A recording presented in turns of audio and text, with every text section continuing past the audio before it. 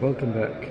It says that anyone who learns the halachos, the laws of the Torah, every day is assured to inherit the entire world to come. It doesn't only mean at some later time that someone will get the spiritual reward, which is also true, but it also means that even when someone is in this world, this physical world, literally, they will be infused with the power of the world to come, to overcome all obstacles. Anyways, we have here the Rambam, which is the Mishnah Torah that the Rambam wrote, which includes all of the laws of the Torah in a short, concise way. And if someone goes through the entire book, then they can learn all the laws of the Torah, which include all of the information, at least in a basic way, like all of the intellect that the Creator gave us regarding the Torah. And the Torah is a blueprint of creation, so it includes really everything. Anyway, there's a concept to learn at least one law per day. So maybe we'll try to do a couple for this at a certain cycle. So let's try to do a couple from this past cycle from Shabbat. And this is the morning going into the 21st of the day of Shabbat, 5783, but it's still before dawn, so we can still do the laws from this past Shabbos, which started in the laws of sale, chapter 19. So let's do just a little bit, just so we get an idea. It says that it's forbidden for someone to sell something to someone, for example, land or objects, if the person who's selling it knows that there's other people who would later come and demand ownership of it in court. Like, for example, if someone sells a field and then someone else comes and later claims the field from the buyer, saying, oh, actually this field was stolen from me from the guy who sold it to you. So the guy who sold it can't willingly sell it to someone else if they knows that someone else is going to later come and demand it from the buyer, because the buyer is basically cheated out of everything. It's not good to cheat people. And let's just do another law. I opened up to a random page. I expected to open to another one, but I randomly opened to chapter 21, law number 7. So let's just see what it says.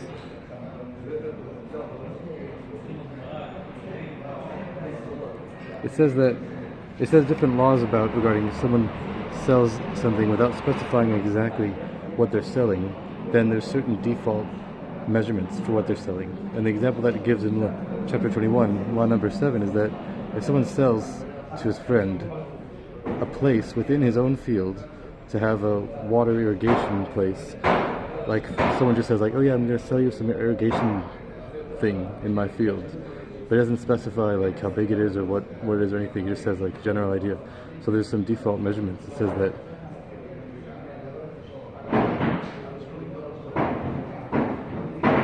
he has to give something that it's at least 2 hand breadths wide, basically. So that's one law.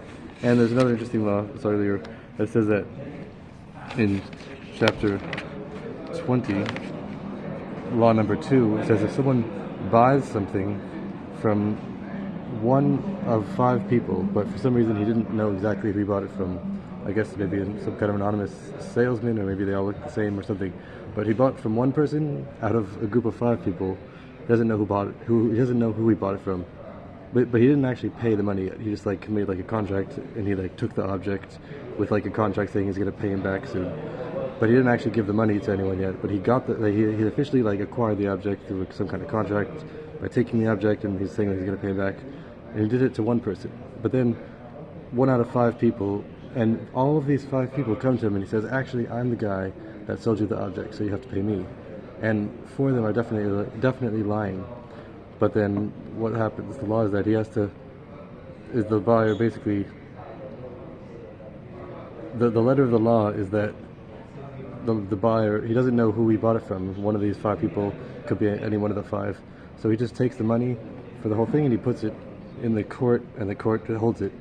And then it says that the court holds it, pretty interestingly, it says the court holds it until either until either 4 out of the 5 admit that they were lying, and then it's left with the one person who was telling the truth. Or it says until Eliyahu the prophet comes. And Eliyahu the prophet will come when Mashiach comes. So this interesting relationship between the laws and the world to come, which is the world of the resurrection.